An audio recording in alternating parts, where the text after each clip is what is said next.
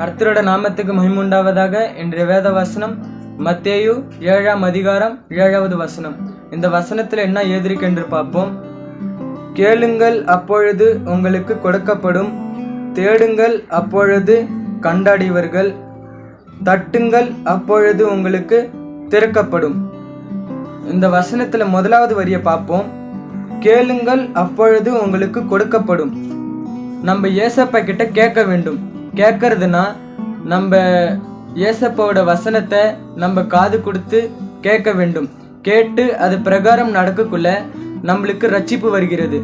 இரண்டாவது வரியை பார்க்கும் என்றால், தேடுங்கள், அப்பொழுது கண்டடைவீர்கள்.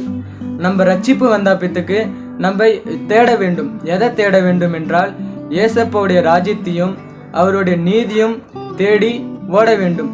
அது பிரகாரம் நடக்க வேண்டும். மூன்றாவது வரியை பார்ப்போம் என்றால், தட்டுங்கள், அப்பொழுது திறக்கப்படும். இது எல்லாத்தையும் நம்ம பெற்றாப்பத்துக்கு நம்ம தட்ட வேண்டும். தட்டுறதுனா எப்படின்னா, நம்ம அக்கத்து பக்கத்து வீட்டில் போயிட்டு ஏசப்பா பற்றி சொல்ல வேண்டும். அவங்க கதவு தட்டி ஏசப்பாவை பற்றி சுவிசேஷம் சொல்ல வேண்டும். அது பிரகாரம் நடக்கக்குள்ள நம்ம சபை வளரும், நம்ம தேசம் வளரும், நம்ம குடும்பத்தில் சந்தோஷம் இருக்கும். இந்த வசனத்தின் பிரகாரம் நடப்போம். கர்த்தர் தாமே நம்ம எல்லோரையும் ஆசீர்வதிப்பாராக. ஆமேன்.